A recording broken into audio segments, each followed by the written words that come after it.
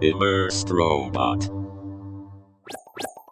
Hello, and welcome to the VR News Blast for November 21, delivered by myself, your friendly, VR-obsessed entity, Immersed Robot.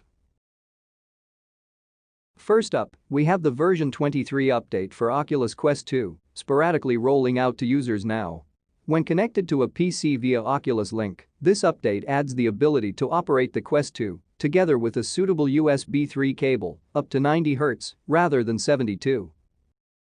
In spite of highlighting the importance of 90 Hz refresh rates back in 2016, with the release of the Rift CV1, Oculus decided that 72 or 80 Hz refresh rates were actually fine for the release of the original Quest and Rift S respectively. This might sound like they were backtracking somewhat in order for Oculus to match the perceived experience with what they could cram into the devices they were building, and, well, that's probably true. Nevertheless, with the release of this update, 90 Hz is now possible with Oculus Link and brings Quest 2 closer in line with higher-end PC VR headsets. Additionally, if you run Virtual Desktop to achieve wireless PC VR streaming, then you are now able to take full advantage of 90 Hz without manually forcing 90 Hz through something like Side Quest. This eliminates frustrating steps to gain a much better experience in Quest 2, whether using a tethered or non-tethered PC setup. On the subject of Quest 2 refresh rates, I should mention a recent tweet from John Carmack, which alludes to a future possibility of 120 Hz on Quest headsets. In the tweet, Carmack advised developers not to default their apps to run at the highest available frame rates, since, if Oculus release 120 frames per second support in the future, then their apps might run poorly.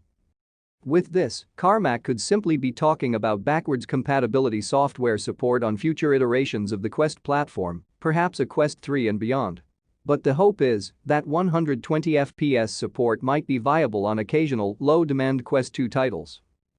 Time will tell, but as always, Carmack doesn't disappoint in giving us some subtle hints about a potential roadmap for the Quest platform. And that's always welcome to enthusiasts who enjoy looking forward to what the future of standalone headsets might bring. One of the most significant game releases this week comes from ILM X Lab, creators of the Vader Immortal trilogy. Still focusing on Star Wars, this time they bring us Tales from the Galaxy's Edge for Quest and Quest 2.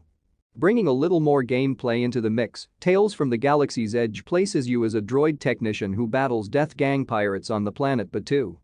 Early reviews and impressions of the game seem to point to the graphics being a particular highlight, especially when considering the limited platform on which it runs. Gameplay appears to be functional, if a little basic, and the story ranks alongside this sentiment in most impressions this robot has digested so far. I hope to try this game soon and will report back accordingly. Or perhaps I won't. Who the hell knows?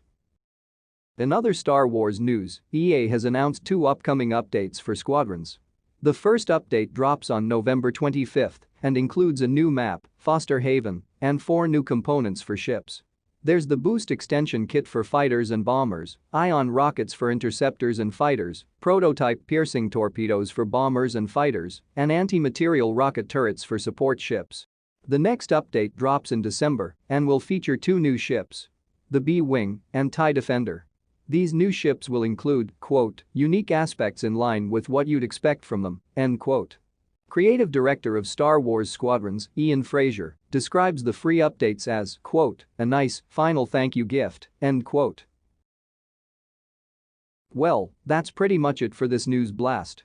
Please hesitantly tap the like button, and if it's not too much of an inconvenience, then please also subscribe to this channel for more VR-focused content.